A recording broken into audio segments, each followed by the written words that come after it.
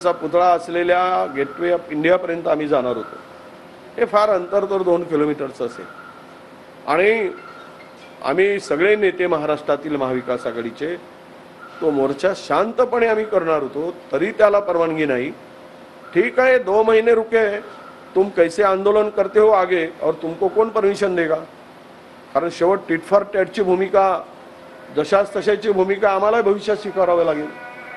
जर तुमची भूमिका ही अशी असेल आणि महाराजांच्या पुतळ्याच्या पडल्याचा निषेध म्हणून जर आम्ही आंदोलन करत असू तर त्यालाही परवानगी नाकारत असाल तर तुमच्यासारखे नतभ्रष्ट या राज्यात देशात कोणी असू शकत नाही।